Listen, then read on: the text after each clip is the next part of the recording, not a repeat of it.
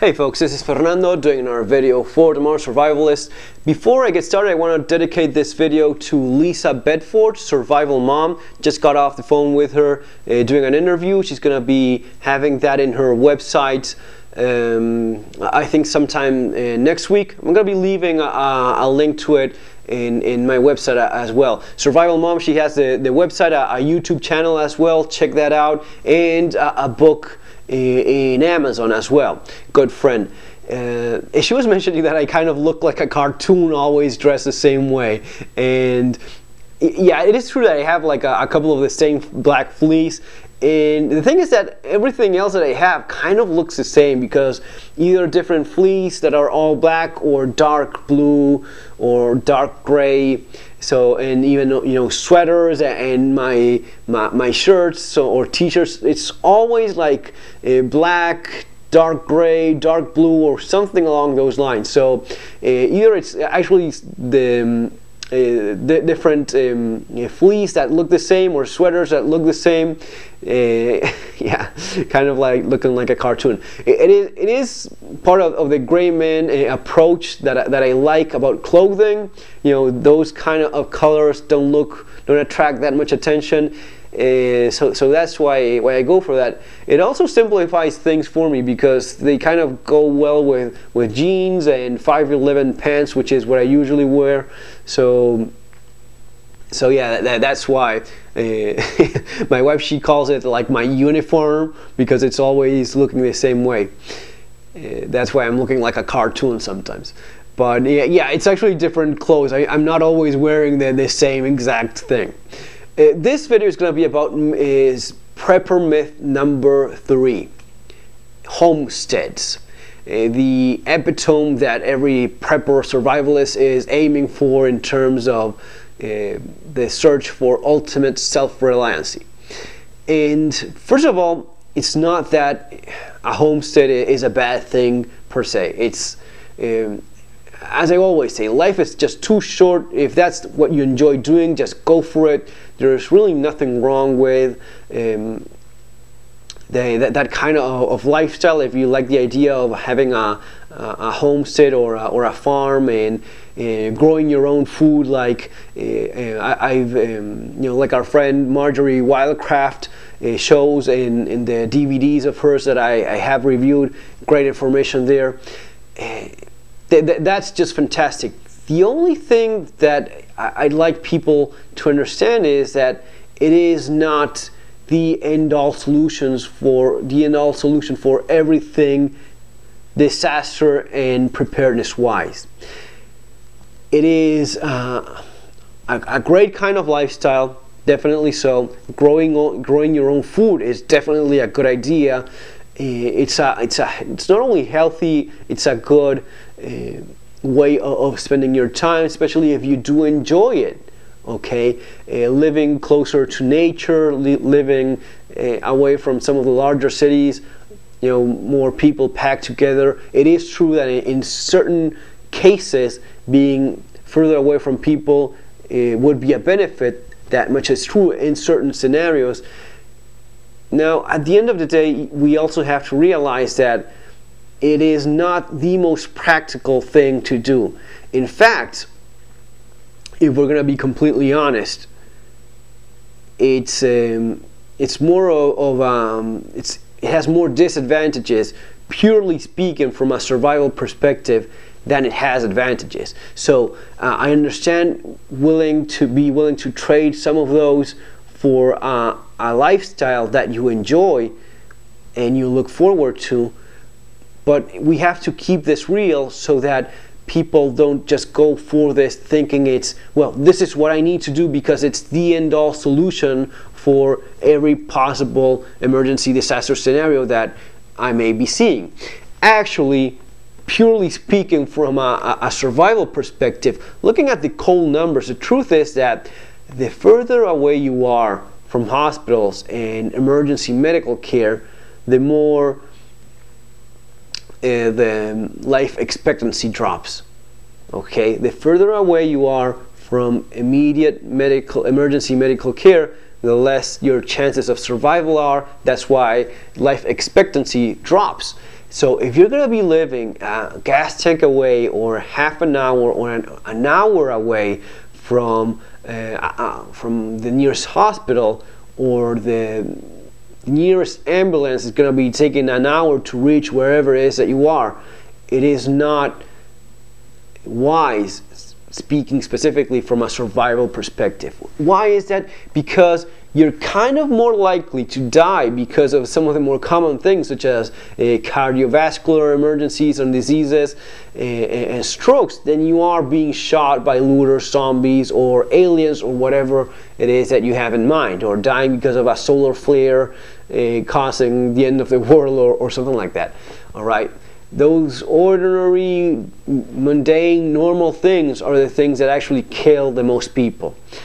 And the cold facts are, the numbers clearly show that, more or less, you may want to, argue that a little bit, but there's really not that much of a room for discussion. At the end of the day, in average, you would say that the survival rate when you suffer a heart attack or a stroke, it's for every minute that you're not receiving emergency medical attention, your survival rate drops by 10%. Every minute, 10%. So if you're half an hour away, an ambulance takes half an hour to reach wherever it is that you are, your survival rate drops significantly. And it's not just heart attacks, strokes, it's basically most of these emergency cases, accidents where you need immediate medical attention. The further away you are from there, the less your chances are of surviving. So from a cold perspective, just looking at the numbers, just looking at the facts, that's what it is. That's why I basically don't suggest anyone living more than 15, 20 minutes away from a hospital. If an ambulance is taking more than 15 minutes to reach wherever it is that you are, your perspective, the scenario you're looking at becomes quite grim if you ever need immediate medical attention. Besides that, again, if that's the kind of lifestyle that you choose, at least understand the advantages and the disadvantages it has. Yes, you being able to grow your own food, that's fantastic. Having more room for your stuff, that's great. If there's ever a flu pandemic of some kind and you're not surrounded by millions of people, that's fantastic as well. At the same time, understand the disadvantages. And the thing that kind of worries me a bit is people not understanding that for many of the things that folks think that the homestead, the isolated, away from the city homestead is suited for, it's actually the other way around. It would prove to be a problem rather than an advantage. This is to blame quite so thanks to many of the novels and survivalist fiction floating around, some of it very misleading. And you basically have to understand, it's like me watching a Hollywood movie of zombies and thinking, okay, I'm going to be basing my emergency preparedness plans based on the latest zombie movie or The Walking Dead or whatever. It's really your own fault when you're basing your realistic preparedness plans on movies, books, which are works of fiction. That's basically what it comes down to. The thing is that people get these ideas and try to apply them in the real world.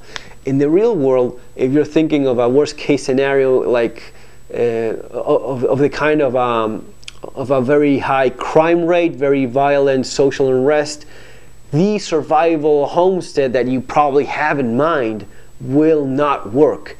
Actually, the homesteads that do work right now, where you have your garden, where you have maybe solar power system set up, and you produce some of your own power, you have more self-reliance, all that works very nicely, as long as things don't fall apart. The moment things do fall apart, you will start seeing lots of these things that I'm talking about. In an environment of very high crime, in an environment of high levels of social violence, civil war, serious social unrest, maybe some of the stuff like people have seen and still see these days in South Africa, in that case, the survival homestead will not work. This idea that some people have that in the without rule of law scenario, which is a topic of another video that's going to be a dedicated without rule of law myth video. But in this scenario that people think, the survival homestead, even if you have some of your buddies, it will not work. Because it just hasn't worked in the past, hasn't worked in places where violence had become a serious problem. It will not work if violence ever becomes a serious problem, wherever it is that you are, US or elsewhere. It just doesn't work. Why is that? Because being isolated, being on your own, makes you an ideal target for someone that is dedicating his time to steal from you, and you will not win. All right, you will not win. I've seen this happen in Argentina. It happened, you know, I have personal experience with that. I've seen it happen to also friends of mine in different parts of the country. You know, I'm talking about guys that had farms with people living there 24/7, guarding the place. All right. People with money to actually put someone there just to take care of the place. Even that, it would not work. One of my friends, and I've seen this so many times, the people he had working there, watching over the place, they would spend all day long, every day, sending trespassers away, because trespassers would constantly try to get in so as to steal crops, steal anything they could, livestock, even firewood. Anything they could, they would constantly try to steal. And they would always look trying to see wherever anyone was around. Whenever someone turned the people there guarding the place turned their backs and walked a little bit further away, they would start crawling, approaching, see whatever it is they could steal. And you know, the armchair commandos would be thinking, okay, but in that case, I will shoot them down. You will not shoot anyone down. And if you're that stupid, you're going to be ending up in jail sooner rather than later. So all these claims of I would be doing this and that, you know, I talk about reality. I'm not talking about fictional fantasy worlds where your dreams, your wet dreams come true. I'm talking about things that actually happen. In this case, if people have reacted the way you think you are going to be reacting by having dozens of graves around your property with, you know, many times it was just kids, you know, 7, 8-year-old little kids that were maybe sent by their own parents, you know, to steal from the nearby farm. And you know what are you going to be doing? You're going to be murdering children in mass, because it's not even just 1, 2, which you could maybe dedicate more of your time. It's constantly the dozens of people from around you that are looking whenever you turn your back, steal whatever it is they can. Some of my another friend, he had a larger farm with a main house, several people in there working there, guarding the place. You know, the things that some folk think they're going to be doing when the end of the world comes, or when there's a without rule of law scenario.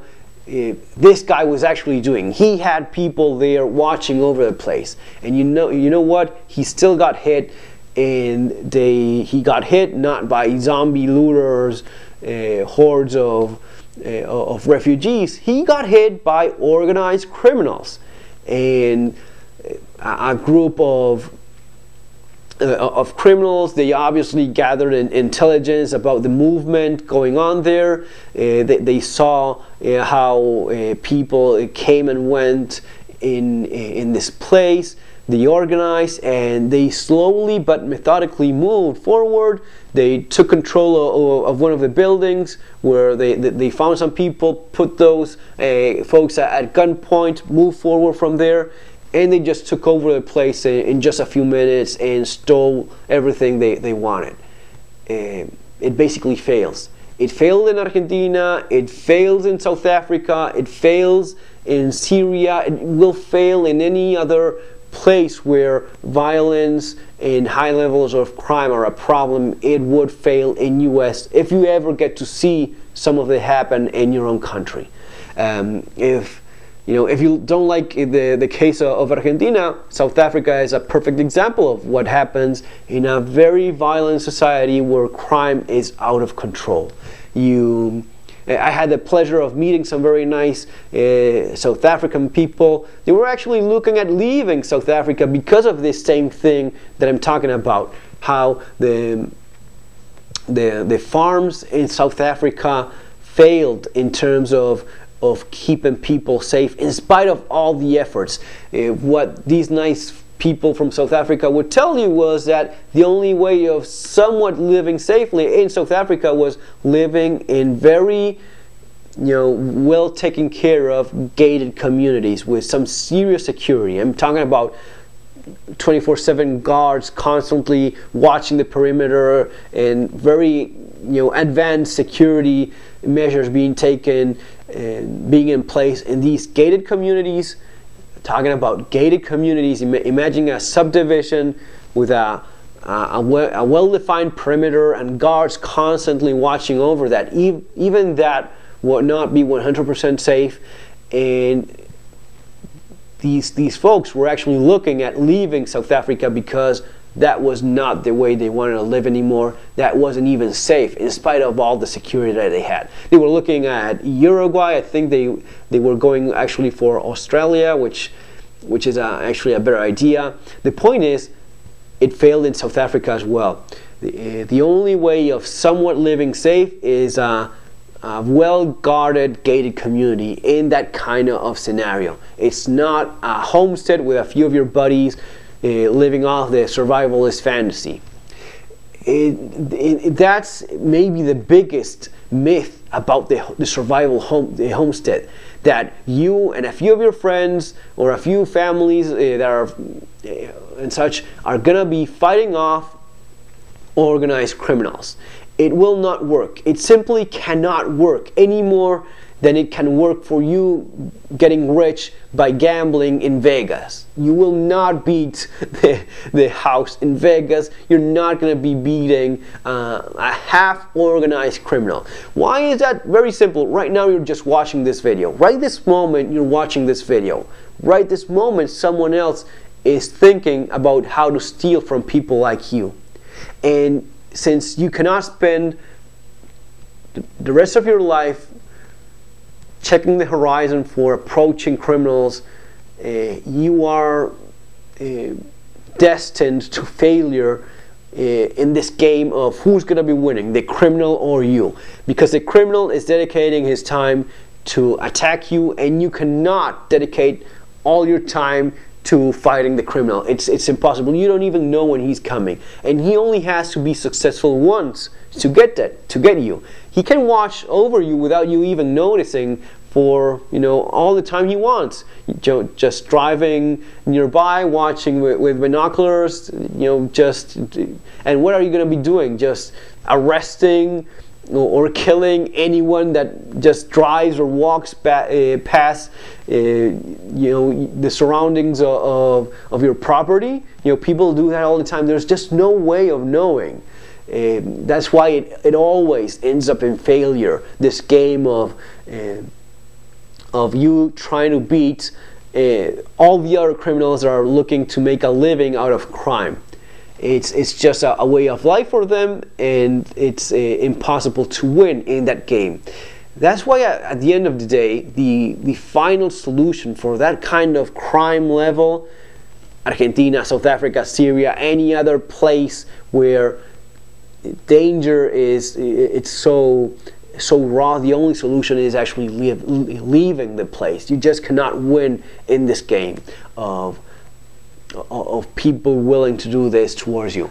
And then there's a problem that a lot of people are seeing as of right now. They sell their house, they move to a farm, a homestead out of the city, to a smaller community or out in the sticks and such, and they start seeing problems with earning a living. Many times that they didn't plan that properly, or if they did, they end up losing the job that they had, and they find that it's impossible for them to find another job, which is one of the most common reasons why people during economic downturns leave smaller cities, smaller towns, and go to these not so nice larger cities where more job is available.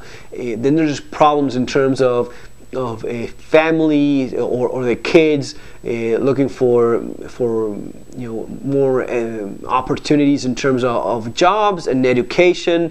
Then there's the problems that you have in some of these more isolated places, in these homesteads, in terms of service. It's not being nearly as good. You will soon find out that the water supply may not be all that you were hoping for it to be. You see the problems in providing your own water. If you have your well, if the pump breaks, it freezes, there's always something that could go wrong. It's not really the ideal dream that a lot of people have in mind. I do like the idea of having a few acres and having a place that it's maybe a little bit further away. Still being realistic about what I'm talking about here. I cannot avoid being realistic. That's just the way I am, about the limitations and the problems you just will have when going for this kind of lifestyle. But the main point of this video is that the thing you think a homestead would be best suited for, like the end of the world thing, that's specifically the point where it will fail horribly if you ever see it. And if you think, oh no, but in US everything is so freaking different, no, it's, we've gone through this many times. If it fails everywhere else, and it has failed in the past in different places, it will fail in US as well. No one is Superman, no matter how good of a shooter you are. I think that the perfect example of how bad a farm or homestead would fare is the South African example. The South African farmers, thousands of them massacred. That's the perfect example that no matter how well trained you are, how well prepared you are, you will always fail when organized criminals are going after you. Just common sense and more than enough real world proof showing just that. Folks, as always, if you like the video, consider subscribing, sharing it with others. Take care, have a great day, see you in another video.